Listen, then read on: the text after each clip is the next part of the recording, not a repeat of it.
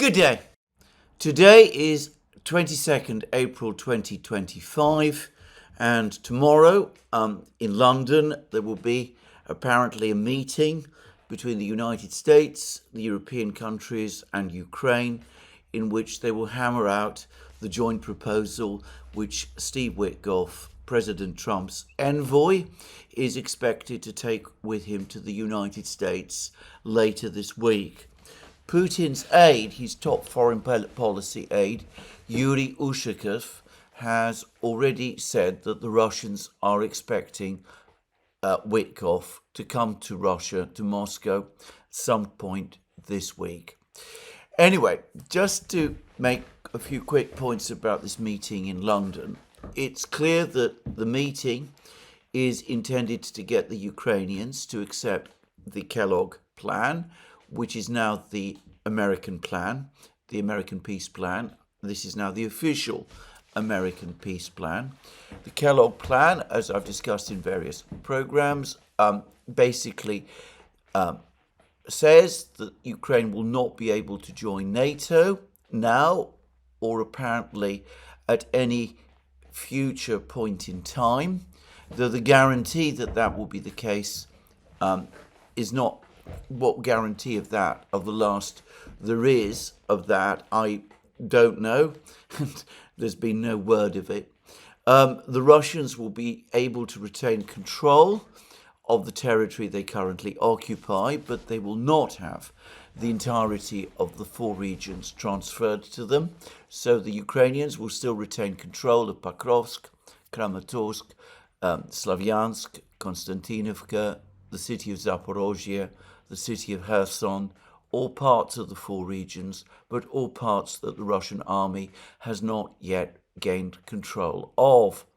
And Ukraine will not be obliged to accept Russian, that the four regions, that the territory that the Russians control in the four regions is Russian territory, which in effect perpetuates the conflict and opens the way towards an eventual reversal of whatever deal is done if the Kellogg plan were accepted. However, the United States will recognize Crimea as part of Russia, though it is accepted apparently that Ukraine and the European states will not do so. And there will be a European reassurance force, apparently, or at least there will be scope for a European reassurance force to be deployed in western Ukraine, west of the Dnieper, though apparently there's also suggestions that some other force consisting of Russia, the United States and some third country will also operate on the territory of Ukraine to monitor the ceasefire itself. And, well, last but not least, there will be no restrictions on the size of the Ukrainian armed forces. There will be no restrictions on the quantities or nature of the weapons it receives. There will be no changes to the internal structures of Ukraine. There will be no legalized protections, constitutional protections for Russian speakers, such as, by the way, were provided by Ukraine's post-independent constitution. None of that, none of the things that the Russians insisted that they needed to have that were part of Putin's original objectives as set out as part of the special military operation, none of that will be conceded.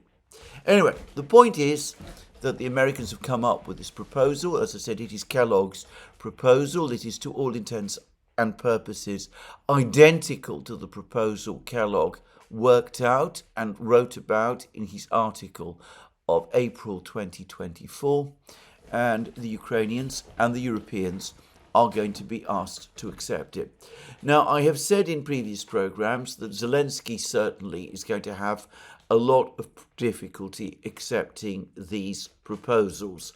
So, for example, he continues to insist that Ukraine must have an unconditional, unqualified right to join NATO. He wants Ukraine to be able to join NATO as quickly as possible.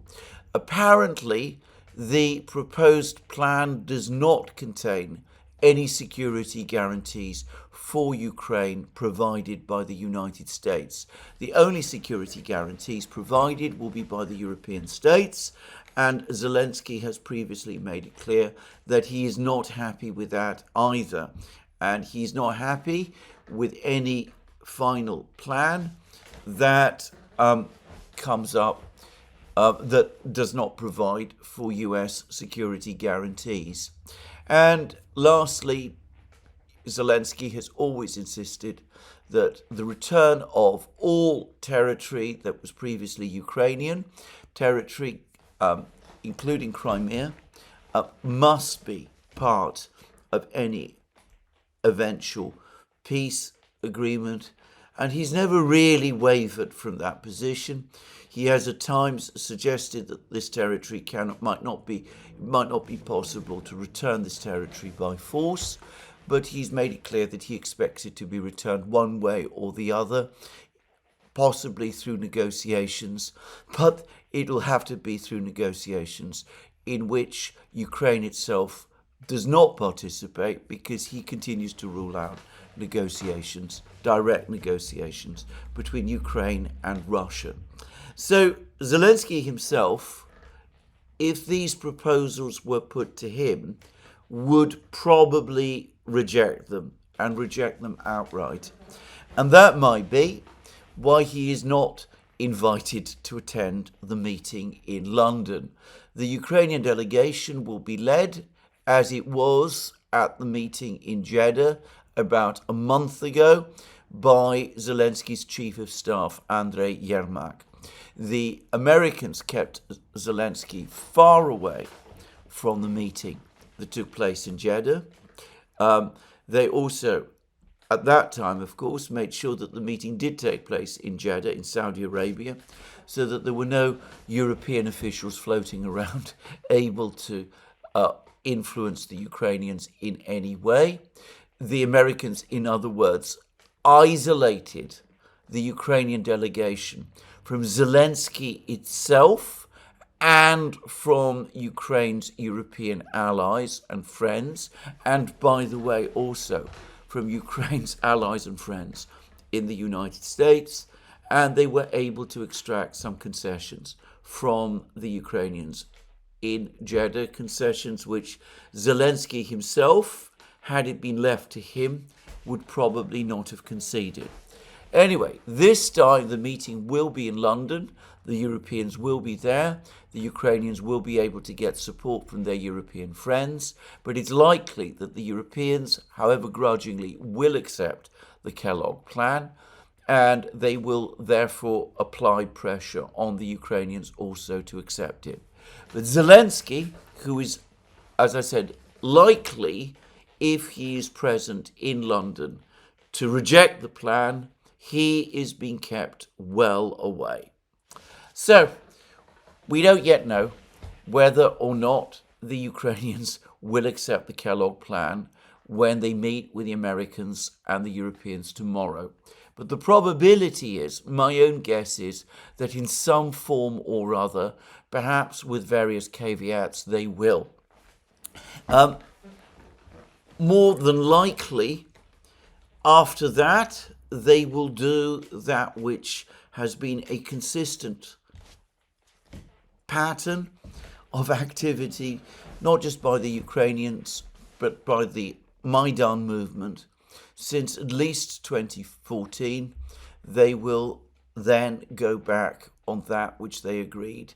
So they will sign some piece of paper, but they will go away and they will revert to form, and they will continue to make the same demands as always, and they will continue to insist on peace, and they are on a peace on their terms, a victory, and they will demand all of their territory be returned, and they will demand that Ukraine enter NATO as soon as possible, and they will continue to demand that their armed forces are built up to the greatest possible level, and they will do so with that colossal sense of righteousness and entitlement that they bring to everything they say and do. Now, I say this just to give some examples of where this has happened before.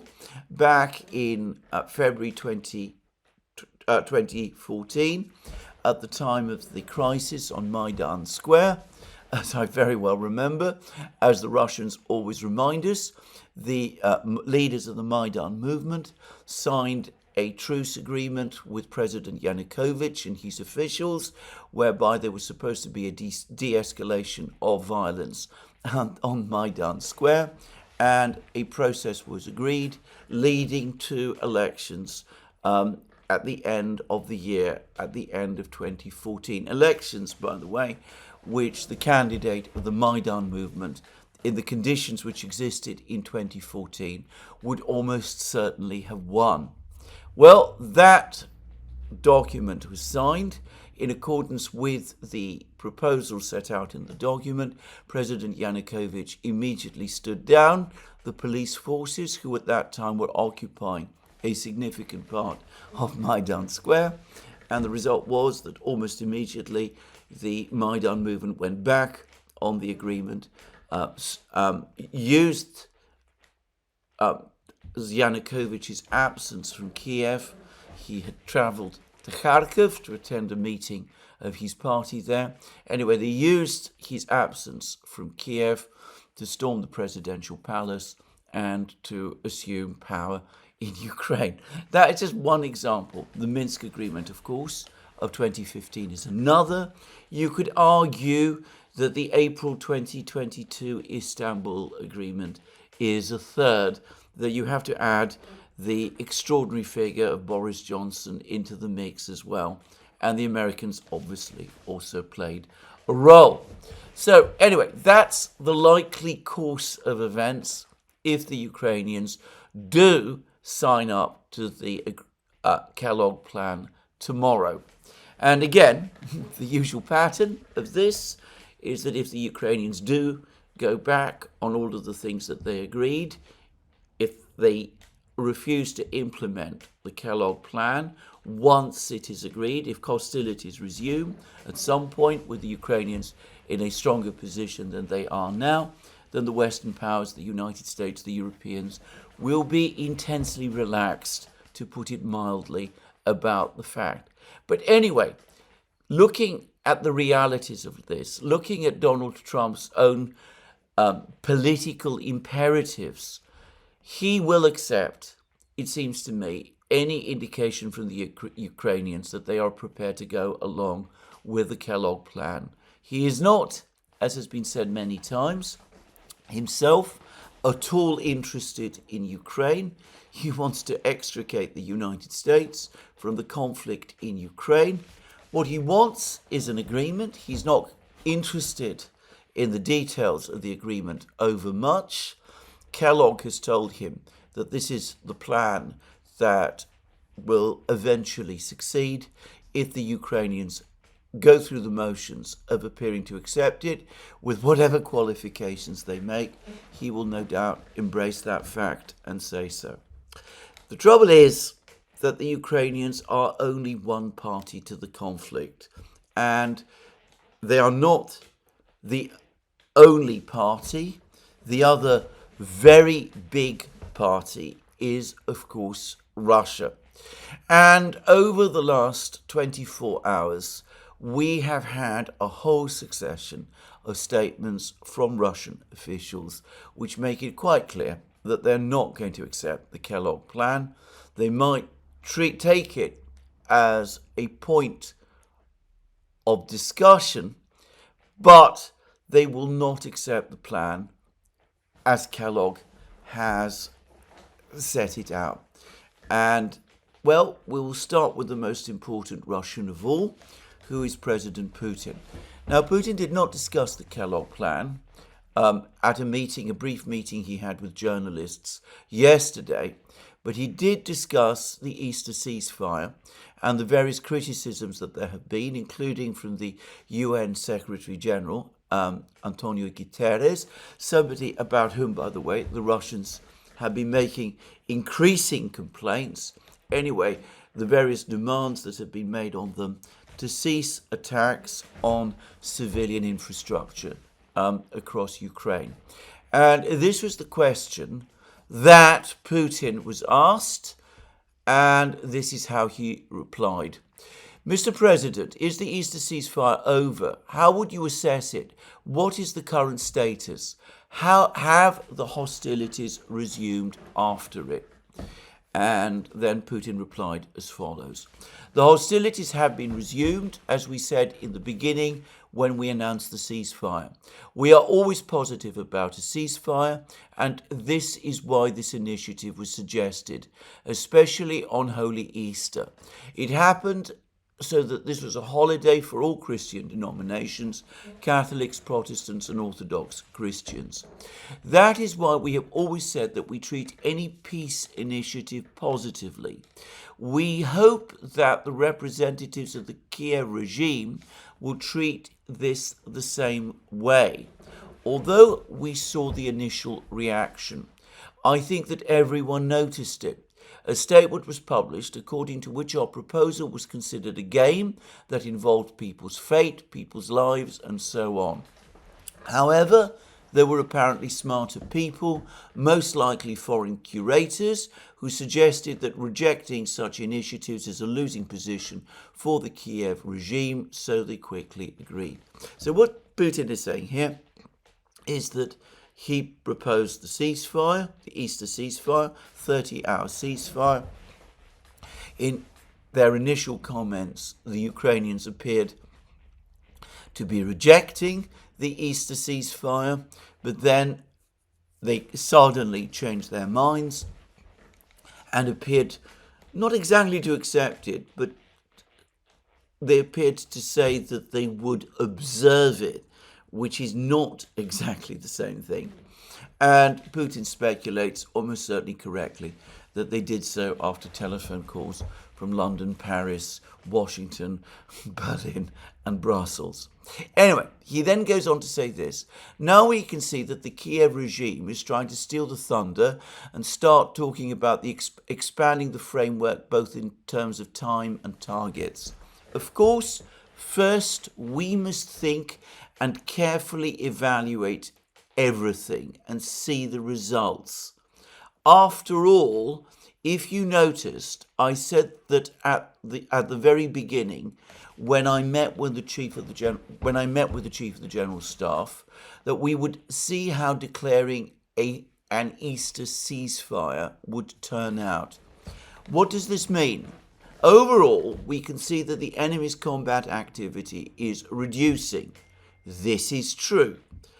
These are the assessments, including those given by the commanders of our groups. However, there were 4,900, almost 5,000 violations.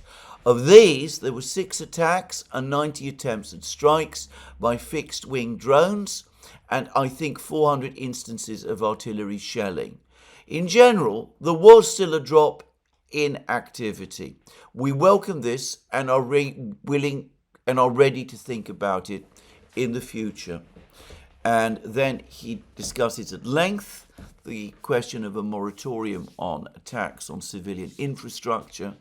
And I'm not going to go through the very long comments that he makes here. Suffice to say that he says that the difficulty with agreeing to this is that the Ukrainians repeatedly hide their military behind civilian infrastructure, which calls into question at that point whether it is civilian infrastructure any longer. And he refers to various incidents, which I'm not going to discuss in this program. By the way, on the last point, he's absolutely correct.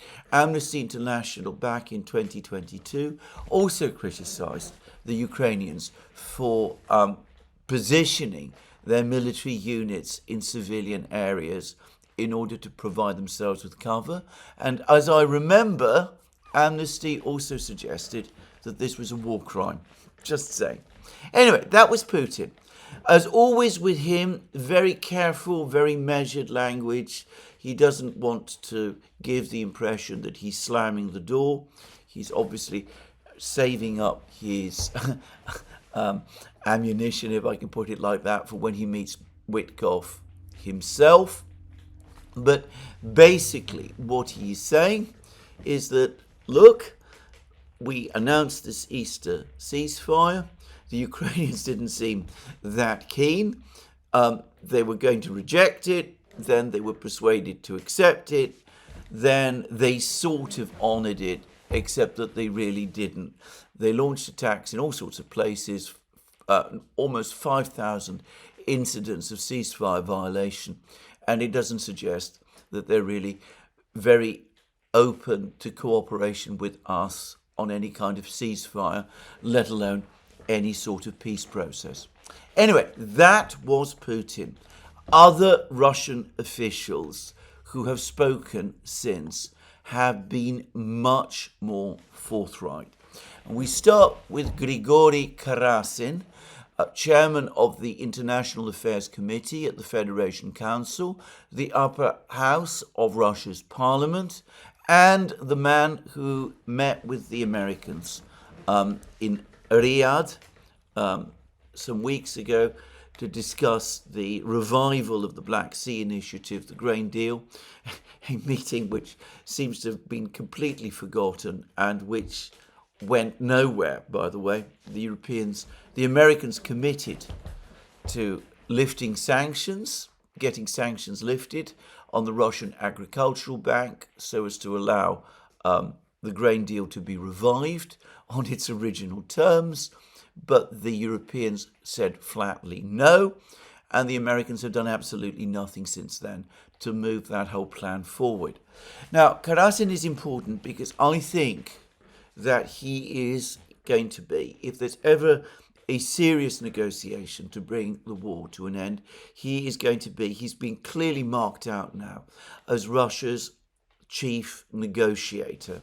He's going to be the person who will negotiate on a day-to-day basis with the Americans, possibly in Riyadh, possibly somewhere else, and he's the person who will be meeting the Americans and perhaps the Ukrainians as well, if the Ukrainians ever join the discussions.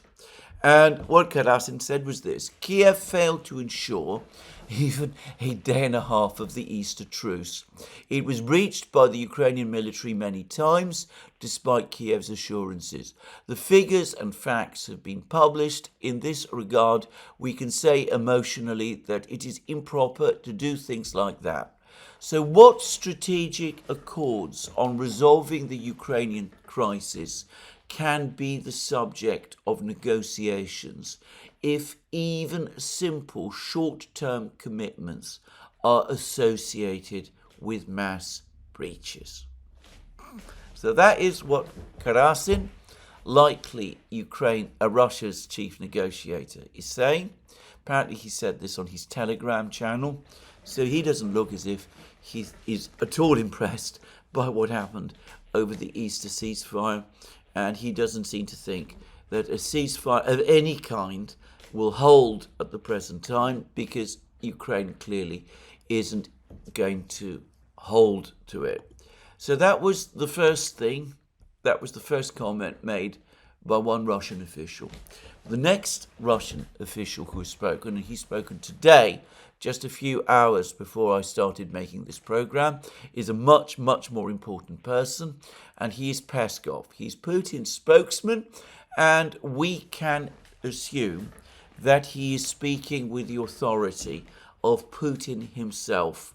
And Peskov said, on Putin's behalf, basically that if the Kellogg plan is presented to the Russians as a take-it-or-leave-it position, then the Russians will leave it.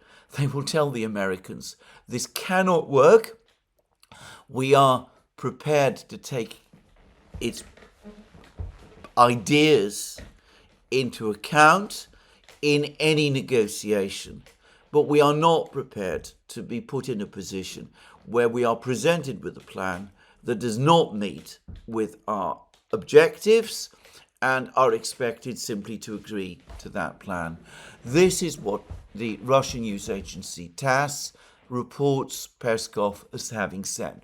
We continue our contacts with the Americans through various channels. The issue of settlement of the Ukrainian conflict is extremely complex, of course, so it is hardly possible to set some hard deadlines and try to rush the resolution of the conflict into a shortened time frame. This would be an exercise in futility.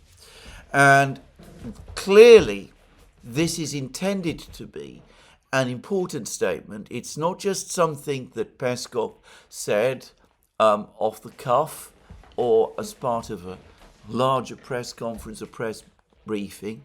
He apparently said this to Pavel Zarubin, a journalist who is Putin's favored journalist, somebody who, to all intents and purposes, may be said to work for the Kremlin itself. Clearly, this was an arranged statement, and it was made in a way that was intended to convey in the most public possible way on television the Russian position. Anyway, Peskov did, and on a slightly more positive note, he said that the work on resolving the crisis is nonetheless ongoing. So the Russians are not slamming the door. Now, the other person who's spoken is Kirill Dmitriev. I believe this was also said on his Telegram channel, though I've not been able to establish exactly where he said this, but this is what Kirill Dmitriev said. Now, to repeat again, Dmitriev is the head of the Russian Investment Fund. He is not there to negotiate the details of the end of the conflict in Ukraine. I think that will be Karasin's job. But Dmitriev is there to discuss economic potential, economic cooperation with the Americans, and he has been Witkoff's principal interlocutor. The two men get on extremely well. And anyway, according to various reports that I've seen on Russian channels, Dmitriev has said this, that the Ukraine talks could fail if the discussions in London develop a peace plan from scratch, by which he means a peace plan which does not take into account Russian positions. And he then warned that this might result in a plan which was completely unacceptable to Russia, which, as I've discussed in many places, the Kellogg plan almost certainly is. And now I have a direct quote: the participation of three close associates of Zelensky, in other words, Yermak and the Ukrainian defense and foreign ministers, in the upcoming negotiations to the roar of Big Ben, in addition to representatives of the United States, Britain and France, threatens to nullify all previous American achievements. So what Dmitriev here is saying is that if this comes up, if this meeting in London comes up with the Kellogg plan, and the Kellogg plan is presented to the Russians, and the Russians are told to take it or leave it, they will leave it. They will say to the Americans, this is completely unacceptable. We might be prepared to talk about particular points in it. We would want to build and revise it so as to bring it closer to our own positions, but we are certainly not going to take it. And of course, if you put us in a position where we have to leave it, where we have to say simply no, because you present it to us in the form of an ultimatum, then the entire peace process will come to a complete stop, and the whole process of US-Russian rapprochement will come to a complete stop, and we will be exactly back where we started. So in some ways, Dmitriev's position is the toughest one of all. I am going to say that I expect this to happen when Witkoff comes to Moscow, perhaps this week. If, on the assumption that the Ukrainians do appear to give the impression in London that they're prepared to go along with the Kellogg plan, however insincere about that they are, and if the Americans accept that and take the Kellogg plan with them to Moscow, if Witkoff comes with the Kellogg plan to Moscow, then first Dmitriev, then Ushakov, then Putin himself will tell Witkoff that this is completely unacceptable, that the Russians cannot simply agree to the Kellogg plan as it is formulated. It does not give cast-iron guarantees that Ukraine will never enter NATO. It does not address the question of the territory of the four regions, which is still under Ukrainian control. It does not address the question of the Ukrainian armed forces and of security guarantees, indeed for Russia itself, and of course any ideas of deploying European peacekeeping forces or reassurance forces are completely out of the question. And as for the American agreement to recognize Crimea as Russian, the Russians will say that, to all intents and purposes, they see that as a bribe to get them to swallow something which in all other respects is unacceptable to them. But I also expect the Russians to say to Witkoff, look, we're not prepared to accept this plan. This plan cannot work. It does not address our interests.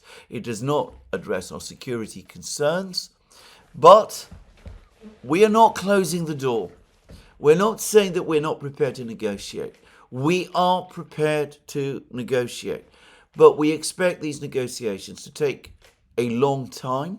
This is a complex conflict. There are many issues to be resolved. The exact status of the four regions, the rights of Russians in Ukrainian territory, all sorts of things like that. If you are prepared to come and sit down and talk with us about these things, it may be a difficult, arduous, complex negotiation, but we have a negotiating team ready. Karasin will lead it, and eventually, and in time and with goodwill, we will get to a settlement. But if you present it to us as an ultimatum, if you say to us that we have to either accept it or reject it, then we will reject it. And everything that you have done, all your work over the last 3 months, will have come to nothing. We will be right back where we were when we started. And I think that the Russians, Putin, will probably ever so kindly remind Witkoff that it was not Russia's idea to start the negotiating process, and that it is a very strange thing to come out with a proposal like this without previously consulting them and without taking their concerns into account. One thing the Russians, I do think, will, however, say is this, that at least the Americans coming up with the Kellogg plan does suggest some movement from the American side. They're no longer just talking about a ceasefire. They are looking for a final agreement, for some mechanism to end the conflict. A unilateral ceasefire simply will not work. The Easter truce has demonstrated that conclusively. The failure to get the Black Sea Initiative going has also demonstrated that conclusively. The failure of the truce involving attacks on the energy systems has also demonstrated that conclusively. So at least we've got past the point of talking about ceasefires. We are now instead finally talking about the substantive issues, and that is a step forward. But if you expect us to accept this proposal, then we are not going to. That is what I think the Russians will tell Witkoff over the course of his meetings with the Russians over the next few days. That's where I think this is going to lead. And then, of course, it goes back to Trump and what he, at that point, decides to do. Now, he could do that which apparently he's told Rubio and Kellogg and Waltz and Witkoff himself. He could simply wash his hands of the whole thing, say a curse, a plague on all your houses. He could blame the Russians specifically for the fact that they're not accepting his wonderful Kellogg plan. You could say that it's entirely their fault, that they are continuing with the war, that they're horrible people and all of that. But he could walk away. He could decide that he's not going to send any more military supplies to Ukraine. He could leave Ukraine to go on fighting by itself, because the Ukrainians are most unlikely by themselves, at least for the time being, to accept what the Russians are demanding, which is the transfer of the entirety of the 4 regions to Russia, the definite commitments from the Ukrainians that Ukraine will never join NATO, and a major restructuring of Ukrainian society and a demilitarization of Ukraine, as, by the way, Ukraine appeared to agree during the April 2022 talks in Istanbul. So, most unlikely the Ukrainians will ever accept that, but Trump could say, look, from now on, it's Ukraine's problem, it's Europe's problem, it's Russia's problem. The Russians will continue to suffer all those losses of men. They could suffer all those losses in the economy. Trump published a very interesting True Social post, actually, the other day, in which he said that it all depended this week whether there would be peace in Ukraine. If there was peace, then Russia and Ukraine would benefit massively because they would be able to trade with the booming US economy. And he seems to think, or at least he is giving the impression, that this is the great opportunity the Russians especially would have. They would benefit massively from trading with the United States. And he would say that the Russians have turned this wonderful opportunity down. They're fools, another word he has used. They have turned that opportunity down. They're going to instead fight over villages and small towns. They're going to get more of their people killed. They're going to get their economy further isolated and overstretched and overextended. And, well, that's it. Now, a few things to say about this. Firstly, it was interesting that the True Social post did not appear to make further threats of sanctions against Russia. I don't think we should put too much into that, but it looks to me as if Trump has looked at this whole situation. He's now come to an understanding that further sanctions on Russia are not going to have the effect that he supposed. He probably realizes that given that the United States is now in the midst of an economic war with China, China will continue to support Russia economically, and further sanctions are really an exercise in futility. I'm not sure that he understood this before, and if you go back to Kellogg's article of April 2024, Kellogg at that time was saying that the Russians would be threatened with further sanctions if they didn't accept his plan. So maybe Trump still thinks that some kind of sanctions could be enforced.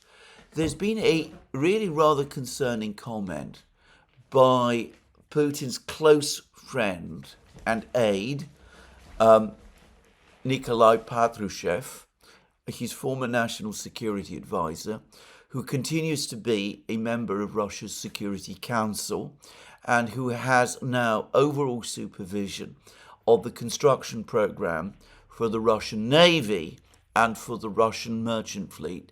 He is, by the way, Patrushev, I should say, is by training a shipbuilding engineer, and he's that is his actual background. Strange fact, but there it is. Anyway, Patrushev has made a rather chilling comment in an interview with Kommersant, the Russian newspaper. Kommersant asked him about future Russian naval and shipping developments, and he discussed those in some detail.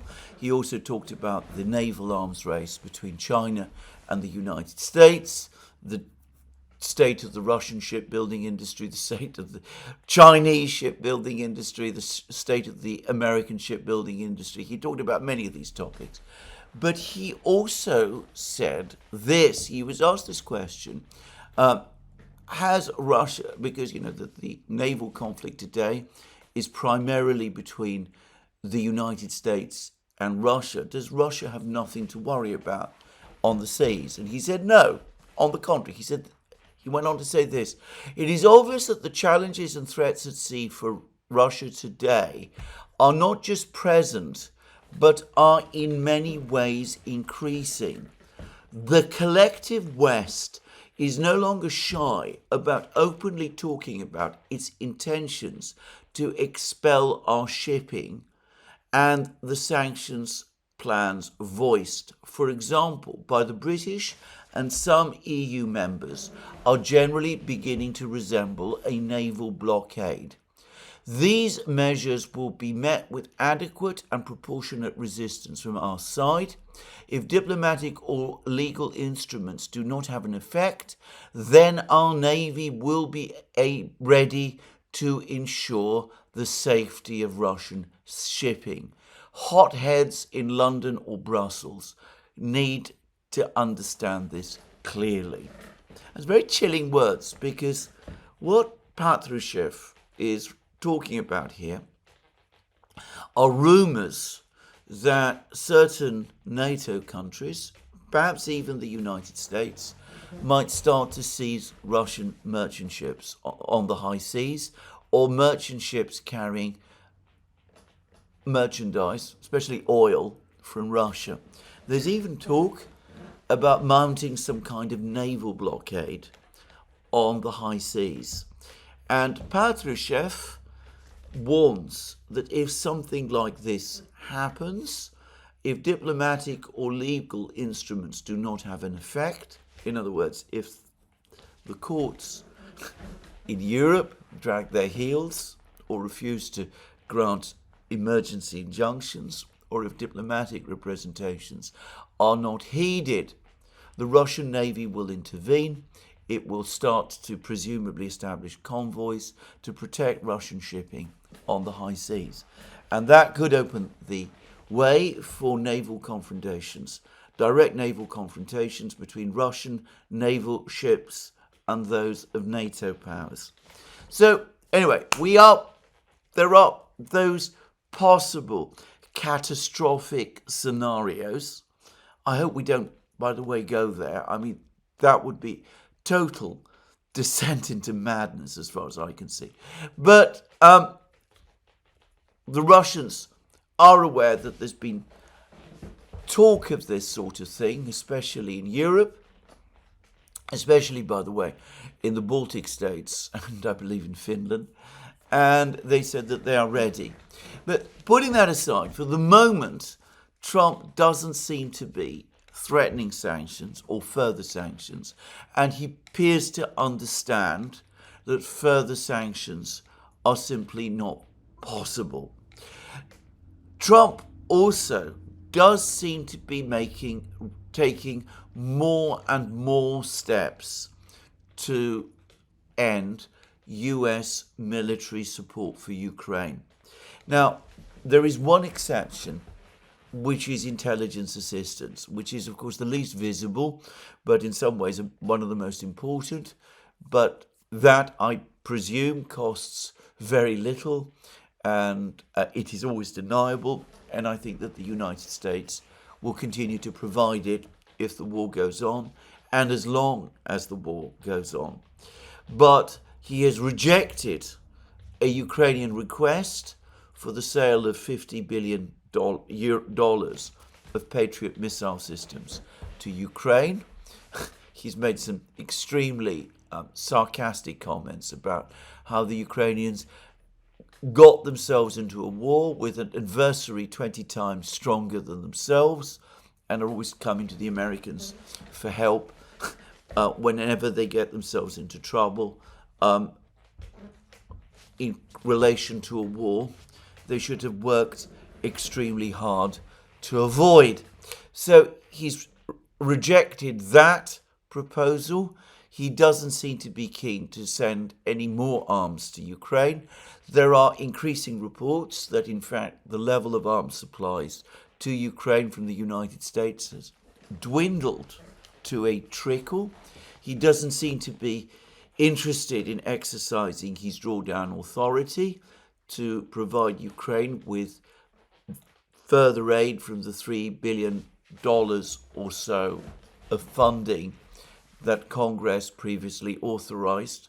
And he's certainly not looking to go to Congress to get authorizations for further funding. So, for the moment at least, he doesn't seem to be keen to provide funding or weapons to Ukraine.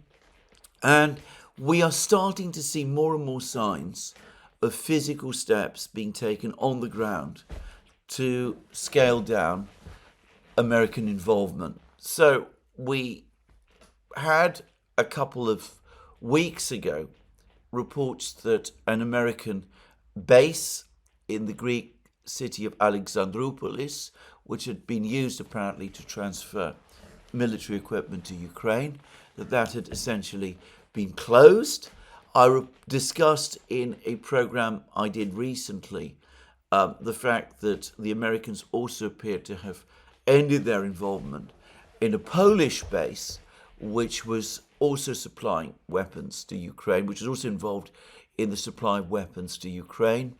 I said that there were some who suggested that this was only just a logistical reordering, but in fact it does look as if the American presence or Ukraine-related presence in Poland is being gradually scaled down. There are fewer and fewer American military personnel and contractors and officials in Poland involved in the transfer of weapons to Ukraine.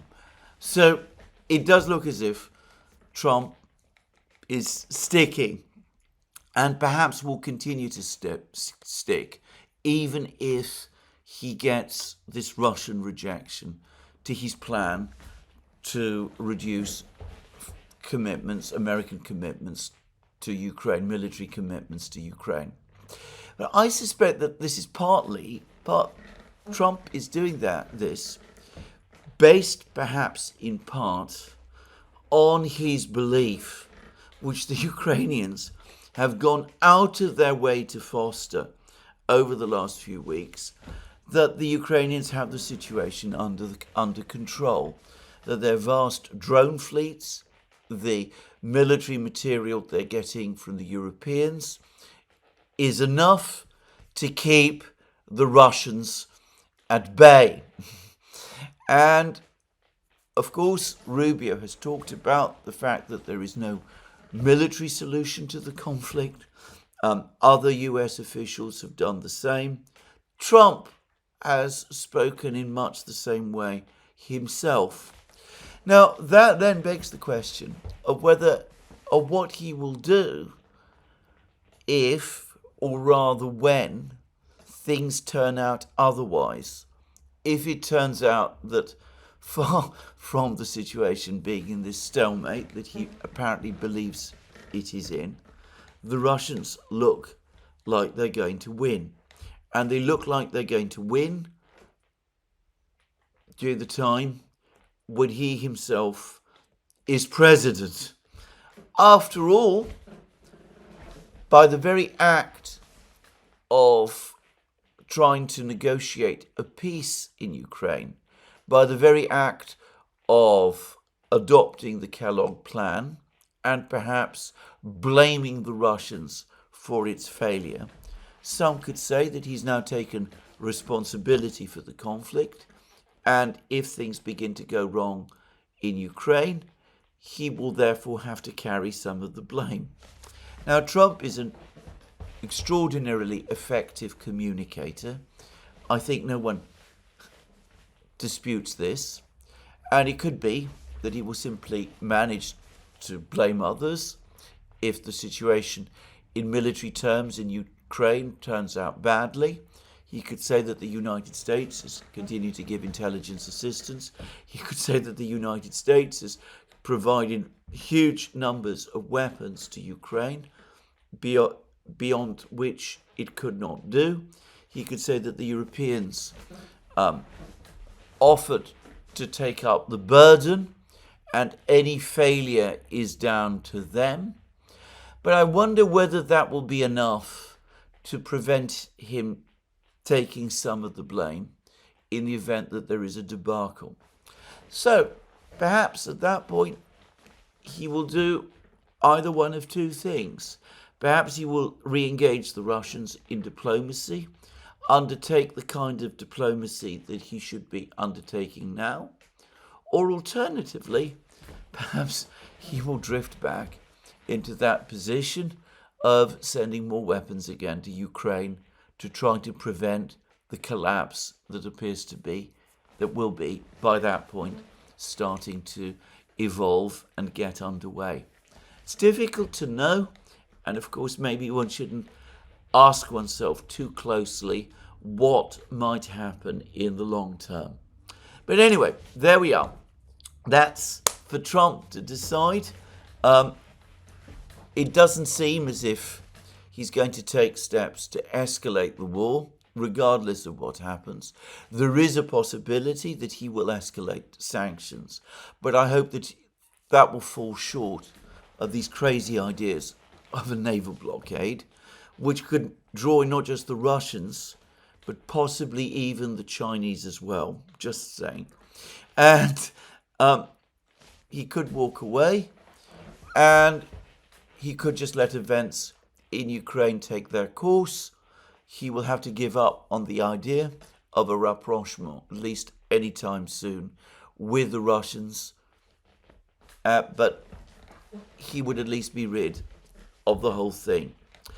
Or he could do what the Russians are now suggesting, what Peskov has just suggested, which is that he could actually appoint a proper negotiating team, a team that meets on a semi-permanent basis with the Russians, perhaps in Riyadh, Russian team perhaps headed by Karasin, and they could work and see their way towards a negotiated solution, one in which the Russians will base their positions on Putin's statement to the Foreign Ministry on the 14th of June 2024, Istanbul Plus, and one where the Americans could start their starting position, perhaps could be the Kellogg plan. That would be a negotiation that would probably last several months. It might not reach any outcome. There is a possibility that the war could be concluded with a Russian victory before then. But I am going to say this. It may surprise some of you, my viewers, if I said that I think the Russians, if given the choice, would prefer that Trump took the second option. And that is because I still believe that in spite of everything, in spite of being presented by this completely unworkable Kellogg plan, Putin at least and some of the people around him, I'm not saying everybody in Russia, not by any means, but Putin at least still probably prefers to end the war with a negotiated solution, though one which addresses Russian core concerns in a way that the Kellogg plan obviously doesn't. And the reason for that, as I've discussed in many, many programs, is because, as Putin explained in a speech that he made on the 18th of November 2021 to the Russian Foreign Ministry, Putin wants a settlement with the United States which will at least provide a period of peace that Russia can rely upon on its western border. Not 1 or 2 years, but perhaps 10 years before relations with the United States start to deteriorate again. 10 years which Russia could put to good use to upgrade and develop its economy and to improve its living standards and to sort out its industries and technology and to do all of those things. There are ample reasons why the Russians might be thinking in that direction. I believe, I haven't seen this confirmed, but I believe, for example, that the Russians have now built a second lithography machine. This reduces the, this produces rather more advanced chips than the previous lithography machine that the Russians built last year. That produced chips of a level of 350 nm. Many people have said that this is an obsolete lithography machine. I think this is a big misunderstanding. I think it is not an obsolete machine. I think the chips it produces are obsolete, or at least they are old 20-year technology. But the fact is that it might be a very different type of lithography machine from the ones that were made 20 years ago. And anyway, it was always intended to be a pilot project to help the Russians develop an industry for building their own lithography machines. I am not going to get into the details of this because, as many of you will know, this is not something which I have any level of competence in whatsoever, and I'm not going to discuss it. But anyway, the point is that the Russians have now built apparently a second lithography machine which produces more advanced chips than the one that they built last year. In other words, they are working towards a degree of chip self-sufficiency. They've apparently agreed a joint project on chip development with Belarus, Rosatom, the nuclear energy conglomerate within the Russian economy, is taking the lead in developments here, and the Russians have an ambitious plan to develop a production base for producing advanced chips by the early 2030s. Just saying. So there's one thing that the Russians would probably want time to do. They have very ambitious plans in the civil aviation sector. They've now sorted out work on the PD-14 and PD-8 jet engines. These are relatively small jet engines, but they're now apparently in production. The first all-Russian civil aircraft will be entering production next year using these engines and using avionics that the Russians have themselves developed. There is a new turboprop engine which has now been tested on the Ilyushin 114 turboprop aircraft, and that apparently is also likely to start production next year. And a bit further ahead, there is the big engine project, the PD-35, a 35 much bigger engine, which is going to be apparently intended to be expanded into a bigger engine still, the PD-50, which will be comparable in power to any engine currently being built anywhere in the West. So there's another project that the Russians have that they want to work upon. And these are industry and technology projects, and they are important. They work towards building an advanced chip and electronics industry, independent of those of the West, a civil aviation industry, and of course there are lots of other projects as well, many of which I don't have any details about, but in machine building, in gas turbines, in all kinds of things. And of course the Russians also want to work on their various other social issues, many types of things. Their financial planning and platforms. There's even talk about the Russians creating a platform, perhaps in collaboration with the Chinese, for laptops and computers, which will be completely different from those provided by Apple and Microsoft. So anyway, a whole series of plans that the Russians would want to do. Now, you can do all of these things if you still are involved in the kind of war that the Russians are engaged in Ukraine.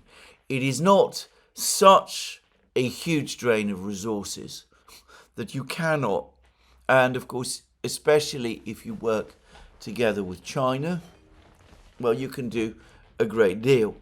But it is still better to do all of these things without having to worry all the time about the next battle in Ukraine, or if you've won the war in Ukraine, about what the West might do in the Baltic or on the border with Poland or something of that sort. So I think that Putin himself still wants to move forward with some kind of agreement with the United States in order to de-escalate tensions in Europe. And the Russians, and I'm sure they've already pointed this out to the Americans, will say to the Americans that surely that is what you want also. You too want to de-escalate. In Europe, it's very dangerous for you, but you're looking for enemies in all sorts of other places, China, the Middle East, or wherever. Isn't it to your advantage also, if you want to focus your energies on these other places, to de-escalate your conflict with us?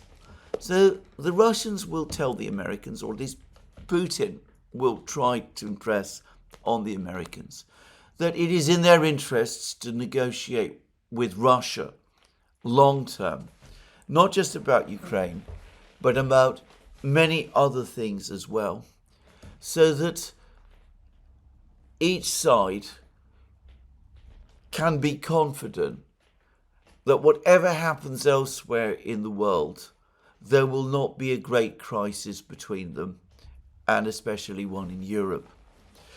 But, to repeat again, I don't think that Putin wants that so much that he is prepared to make critical concessions on Ukraine, which he regards as an existential issue.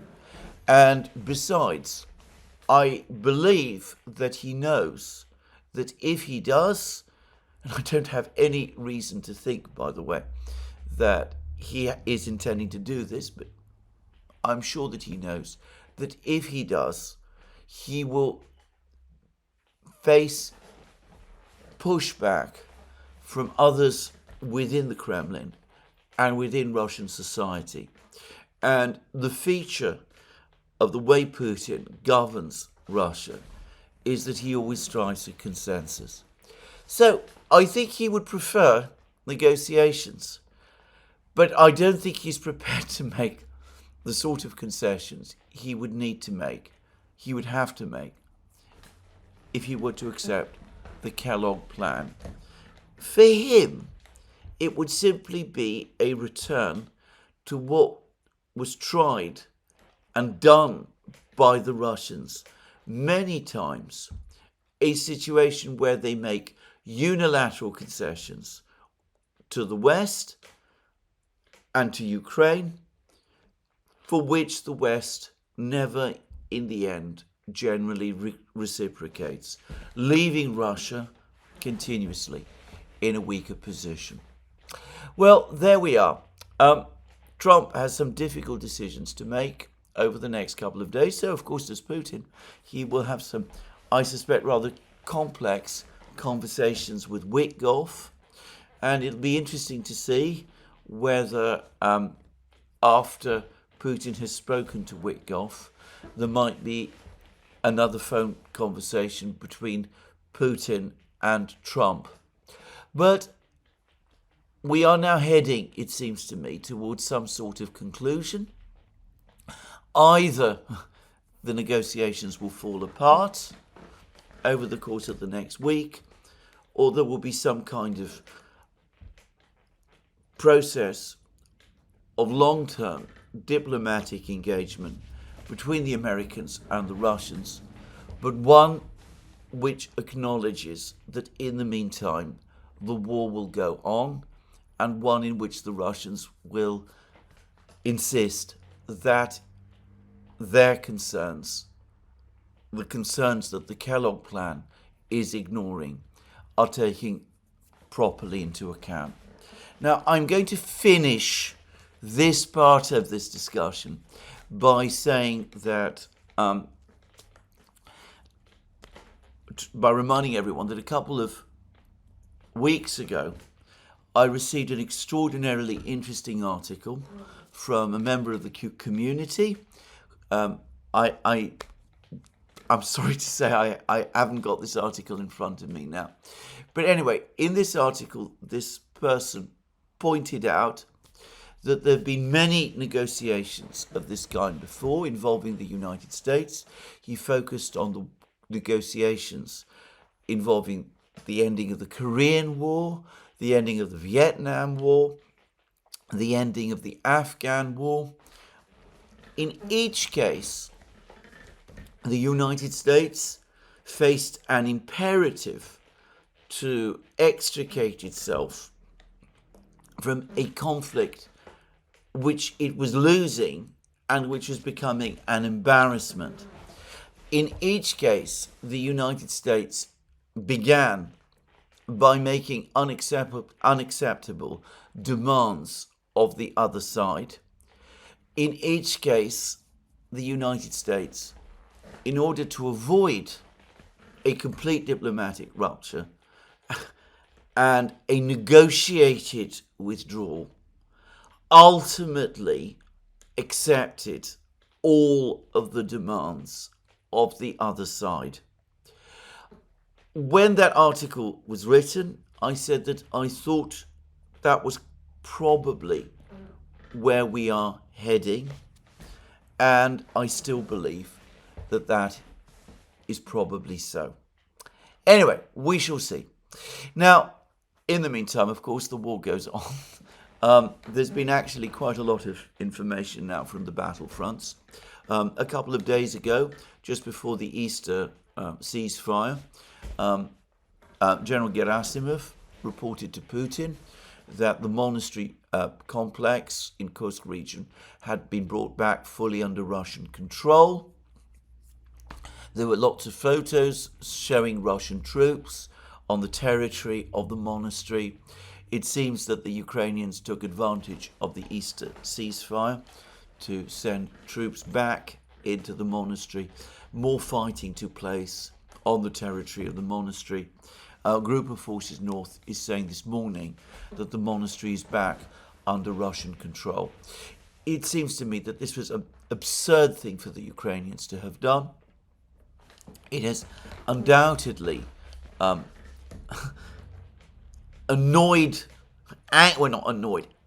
infuriated the Russians intensely, not just because this was a ceasefire breach, but because it was, of course, the recapture of a Russian Orthodox ecclesiastical building during a period of an Easter ceasefire.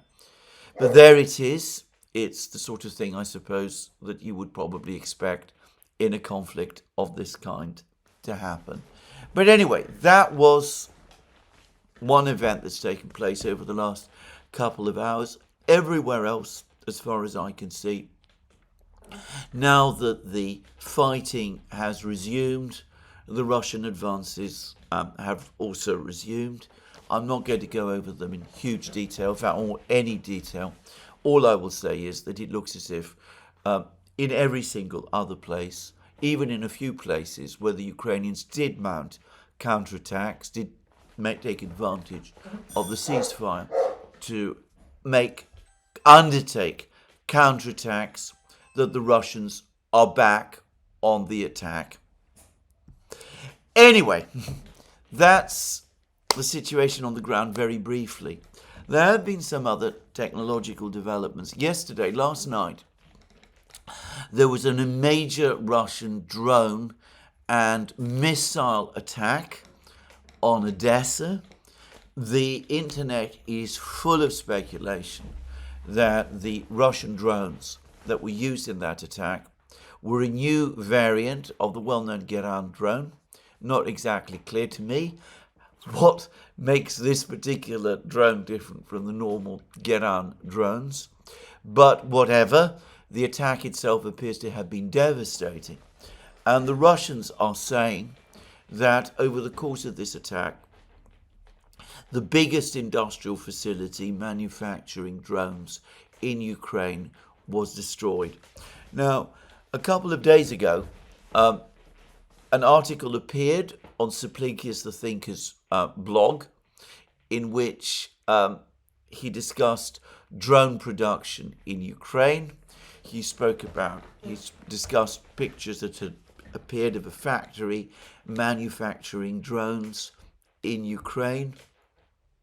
He speculated that this factory might be located outside Ukraine on European territory, perhaps in Poland or Germany. I thought that might be correct. I wonder now, just to say, whether in fact this drone factory was located in Odessa and is the one that the Russians now say that they have attacked and destroyed. The reason I say that is that I wonder whether publication of all those pictures by the Ukrainians of this drone factory was enough to disclose to the Russians the whereabouts of this factory. It would not surprise me at all. Ukraine continues to run the war excessively on PR lines, and if it is the case that the Ukrainians, in order to brag about this huge factory making all these drones that they had in Ukraine, published pictures which compromised its security and its whereabouts, leading to its destruction. Well, if something like that did happen, it would not surprise me. I am not saying that it did. Of course, it is only the Russians who are telling us that they hit a factory making drones and that it was the biggest such factory in Ukraine. Maybe that claim is not true, but that there was a massive attack on Odessa and that there doesn't seem to have been any counter by Ukraine's air defense system. That does seem to be absolutely true. Anyway, we have some very interesting days ahead of us over the course of the Ukrainian conflict. There are some other things happening in the world, just saying. There's been several meetings now between the Americans, led by Witkoff, by the way, and the Iranians, led by the Iranian Foreign Minister, Mr. Arakchi, trying to find a route towards some kind of agreement between Iran and the United States to de-escalate tensions between these two countries, with the Iranians looking to provide the Americans with some reassurance, or so they say, that they are not aiming to build a nuclear device, and with the Americans determined to prevent the Iranians building a nuclear device. And supposedly the talks have gone well. Now, in many programs, extending all the way back to the agreement of the Strategic Partnership Treaty between Russia and Iran, I have made the point that it looks to me as if the Russians are very well positioned to offer the Americans, as well as the Iranians, guarantees such as would facilitate a possible settlement of this conflict between these two countries. The partnership treaty between Iran and the United States included provisions whereby Iran commits itself to nuclear non-proliferation. In other words, to not developing a nuclear bomb or acquiring a nuclear bomb. And at the same time, it also clearly contains provisions for security cooperation and assistance. It falls well short of an outright alliance. Russia is not obligated to come to Iran's defense, but Russia is indeed in a position, as a result of this treaty, to provide Iran with substantial security assistance as well, transfers of technology, transfers of military equipment, aircraft, air defense missiles, radars, you name it. So the Russians can tell the Americans, we are in a position to guarantee that Ukraine will not move ahead with a nuclear bomb. We have a treaty with the Iranians whereby the Ukrainians commit themselves to that. And since, as part of our arrangements with Iran, we will be constantly present in Iran, we are in a strong position to monitor any agreement that you reach with Iran to prevent Iran acquiring nuclear weapons, and can therefore guarantee to you that that will not happen.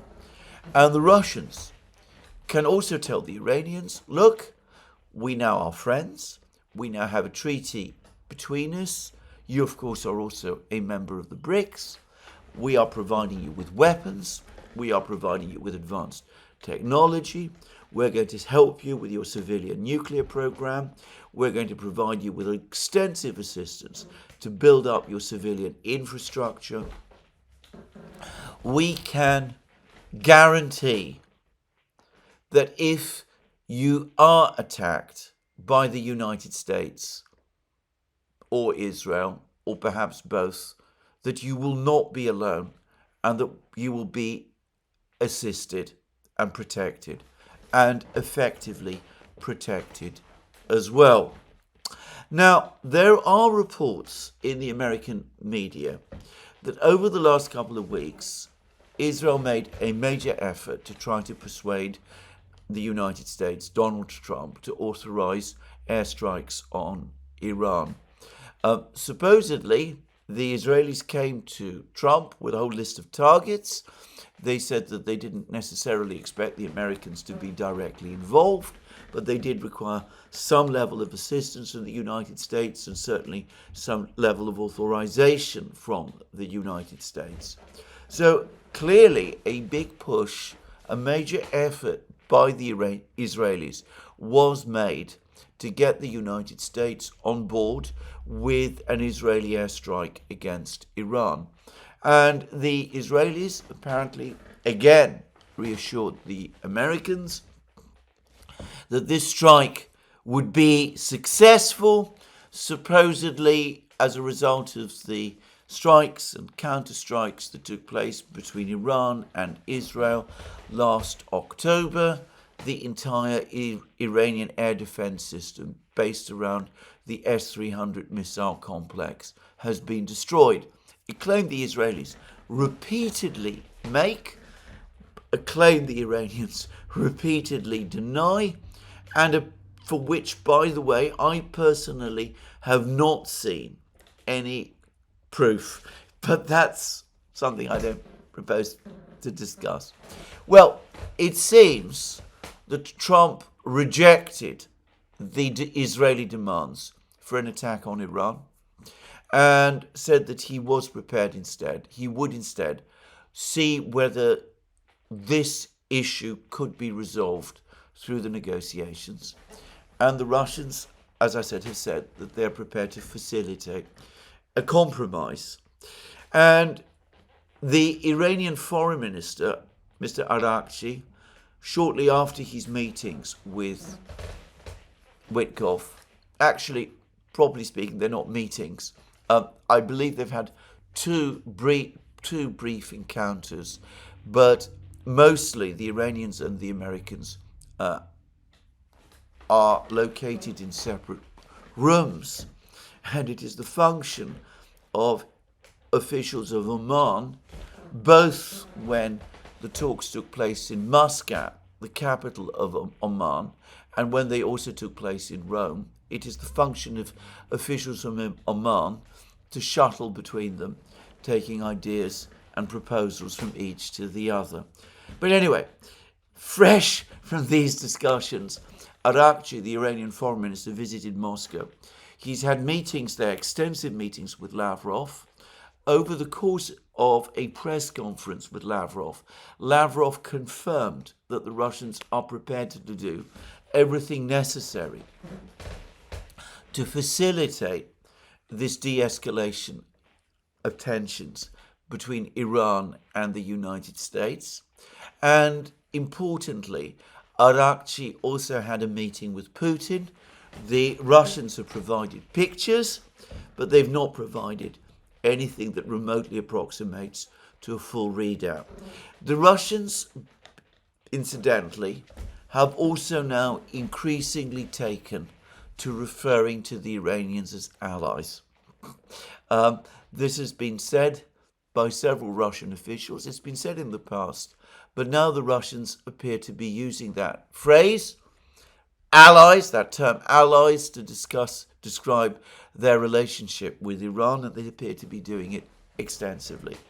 Anyway, there's been on this a very interesting article in The Guardian as well, which has given us some insight as to some of the discussions between the Russians and the Iranians, and maybe the Americans, that have been going on. Apparently, one of the proposals that is being floated is that as part of any deal, Iran transfer its current uranium stockpile to Russia, as it did in 2015, at the time of when the JCPOA was agreed, but with the difference that if Iran and Russia conclude that the United States this time is not honouring any of the provisions of whatever of the agreement. For example, if the United States doesn't lift sanctions it is committed to lifting against Iran, then the Russians will return the nuclear stockpile to Iran. So again, you could see how the discussions might be shaping. Apparently, the Iranians have made very clear over the course of the discussions with Witkoff that they will accept guarantees from Russia, they are not going to accept this time guarantees from the European powers, from Germany, France and Britain.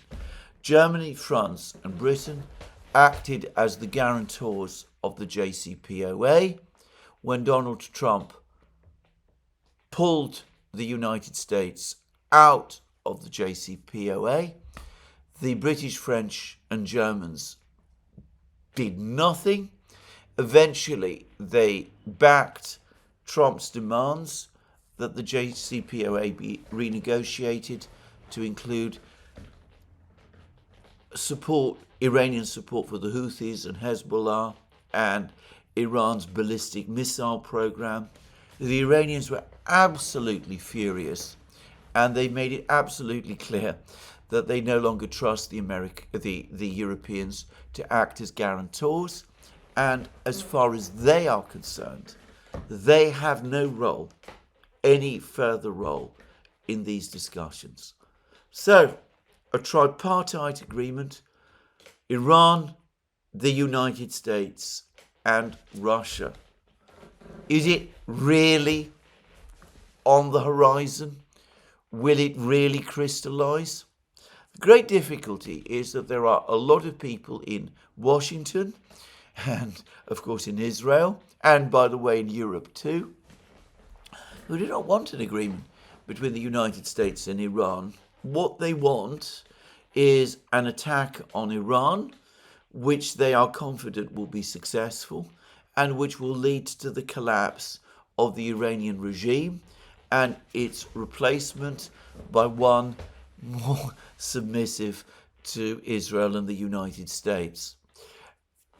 I've read some extraordinary articles in all sorts of places in which people, all sorts of people, confidently speak about Iran's weakness and isolation, about how Iran is just a house of cards, how all the Israelis and the Americans need to do is blow, and it will all come tumbling down, and the result of that victory will be to stabilize the Middle East and to leave Israel and the United States in unchallenged control.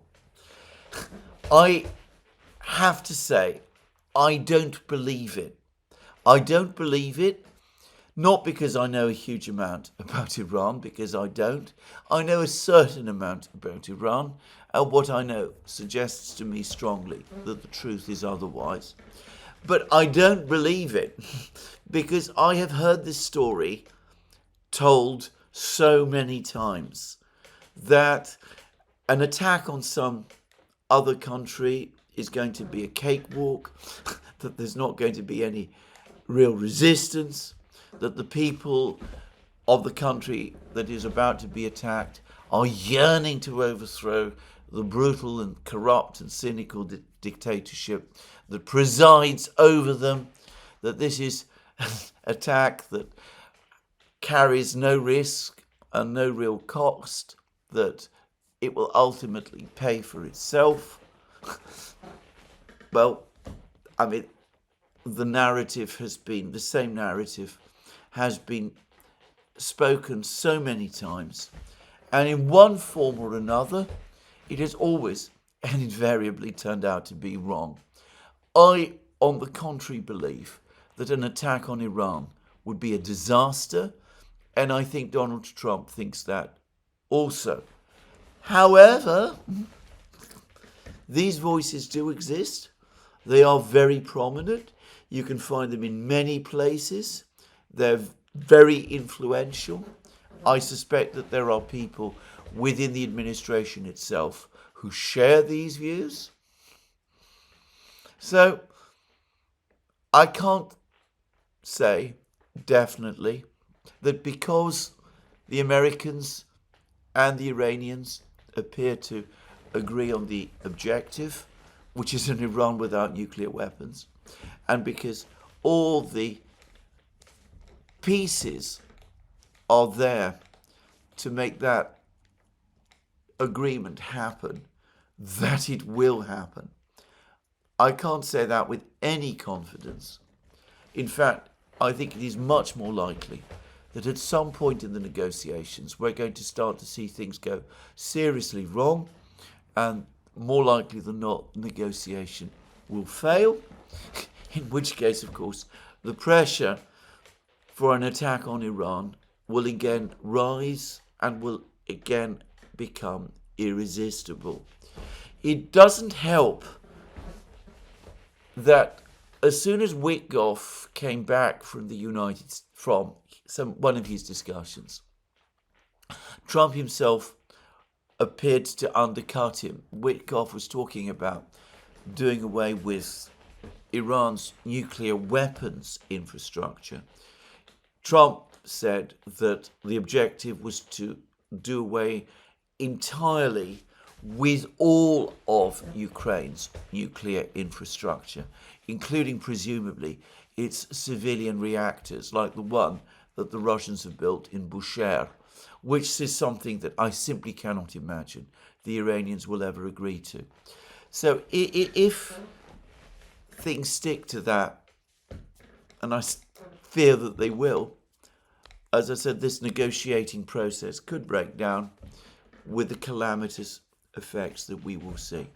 Witkoff, by the way, has also been forced into rowing back on some of the things which he undoubtedly did say about the settlement with Russia. In his interview with Tucker Carlson, he made it pretty clear to me that he saw the transfer of the entire territory of the four regions to Russia as being something that would need to happen if there were to be peace in Ukraine.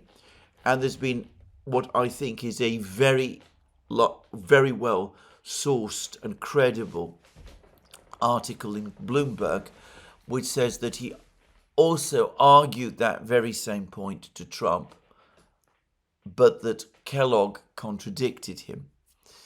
Anyway, now, and I'm sure he's been told to say this, Witkoff is saying that when he talked about transferring the four regions to Russia, he only meant those parts of the four regions which the Russians physically control. So anyway, we'll see. We'll see whether a deal can be done over Iran. We'll see what happens with the negotiations over Ukraine. But the stakes in both conflicts are extraordinarily high. We're only in the first 2 weeks of the Russian offensive, and the major Russian forces have not been committed. And apparently the soil conditions in Ukraine are still very difficult. The ground is still very soft. And even then, and in spite of that, the Russians have made significant progress, which brings them much closer to their objectives, their immediate objectives of capturing the major cities still held, which the Ukrainians still hold in Donbass and in the adjoining areas.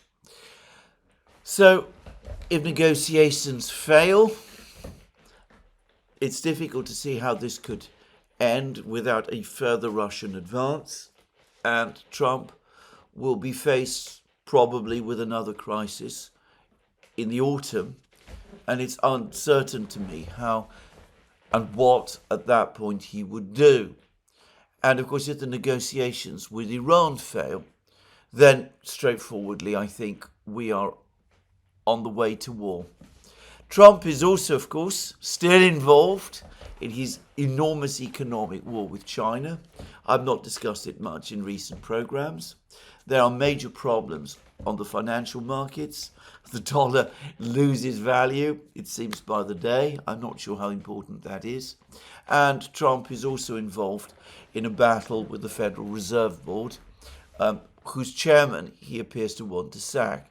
So the president has an awful lot on his plate, but these two big geopolitical questions, Iran and Ukraine, are the ones that perhaps are highest on his in tray. He's got important decisions to make over the next few weeks. We'll see whether he makes good ones.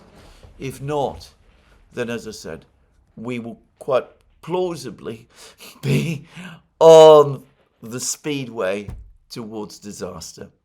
Well, thank you for joining me again today. There'll be more from me soon. Let me remind you again, you can find all our programs on our various platforms, Locals, Rumble and X. You can support our work via Patreon and Subscribestar. and by going to our shop, links under this video. Don't forget, if you've liked this video, to tick the like button and to check your subscription to this channel. That's me for today. More from me soon. Have a very good day.